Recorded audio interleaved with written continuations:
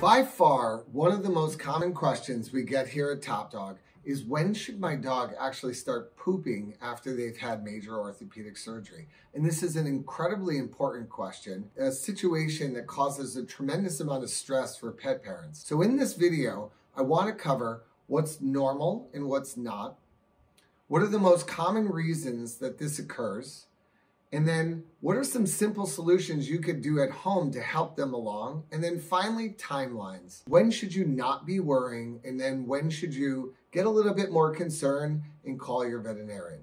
So let's jump right in. So what's normal and what's not normal? Now, it's not uncommon for a dog after a major orthopedic surgery to go 3 to 4 to 5 days before they actually defecate. Now, we're going to call that the average. But when we get outwards of 5 to 7 days, then we are going to want to be a little bit more concerned. We're going to want to pick up the phone and call our veterinarian, and we're going to want to start utilizing some of the solutions that I'm going to share with you shortly. Let's cover some of the more common reasons that this occurs. And as I go through this list, remember, it's not always just one of these. It could be a combination of them. Number one, before surgery, you fasted your dog the night before surgery. Then the day of surgery, most likely they're not getting a meal because they had surgery. Now, they were on fluids, so the intestines like that, so that's a good thing. But the potential of the first meal would be the day after surgery. And we have to remember that a lot of times in the hospital, dogs don't necessarily want to eat. Now, that could be because they're stressed. It could be because they're in pain.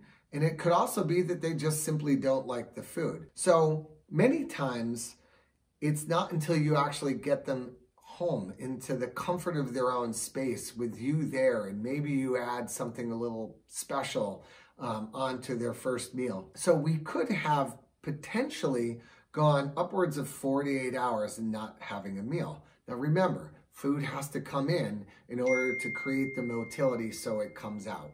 There's also the factors of anesthesia. Now, anesthesia can oftentimes slow the motility of the intestines, and also certain pain medications can adjust that motility. So we have to take those into account. And then what I think is probably the most common of them all is because they've had surgery on either their hip, their knees, maybe one of their long bones or the hock, they aren't necessarily going to be able to or the most comfortable initially until they kind of get it figured out how to get themselves into that perfect posturing position. Now, we've seen our dogs go potty in the backyard, and they need to almost get themselves into that squatty potty position and kind of bear down. The last thing I'd like to mention is often you don't have your dog on a leash. Many people just open up their back door and the dog goes outside to go potty. So after surgery, we're asking you to have your dog always on a leash. It's incredibly important that we are able to protect them and control them. If your dog is used to going outside in the backyard and not being on a leash, and now you're bringing them outside on a leash, you may want to extend that leash to give them a little bit more space, a little bit more freedom in order to go into the backyard and to start to figure out how they're going to work with this and get themselves into that proper positioning. So let's cover some of the simple solutions you can do at home to help your dog in the process. Now, as I mentioned before, hydration is incredibly important. So if you notice that your dog is not drinking, you could add a broth into their water source. So whether that's a chicken broth, a bone broth, or even a vegetable broth, preferably we want to use a low sodium source, make the water a little bit more appetizing, and get them drinking again if they are not. The second thing you could do would be to add canned pumpkin into their meal twice a day. Now, canned pumpkin is a great source of fiber, and the intestines love fiber. It provides regularity. You would want to use anywhere from 1 tablespoon to 3 tablespoons in their meal twice a day. Now, the third tool that's out there is Miralax. Now, this is a medication you could find at any of your local pharmacies, and it's a tasteless laxative. And what that does is it helps to bring, again, water back into the intestinal tract. Remember, the intestines love water.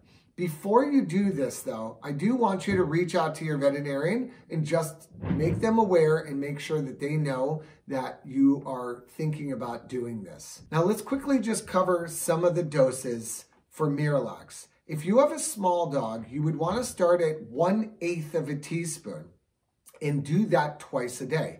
Now, if you notice that that is not producing stool, we could go up to 1/4 of a teaspoon twice a day. Now, if you have a medium-sized dog, we're going to start at 1/4 teaspoon and I'm going to work our way up towards 1/2 teaspoon. And if you have a larger dog, we're going to start at 1/2 teaspoon and work our way up to 3/4 or 1 full teaspoon twice a day. Finally, let's quickly just review the timelines. In day 1 to 4, I want you to really just focus on hydration, whether they're drinking enough, whether they're eating enough, and whether we're giving them enough opportunity to get outside and do their business.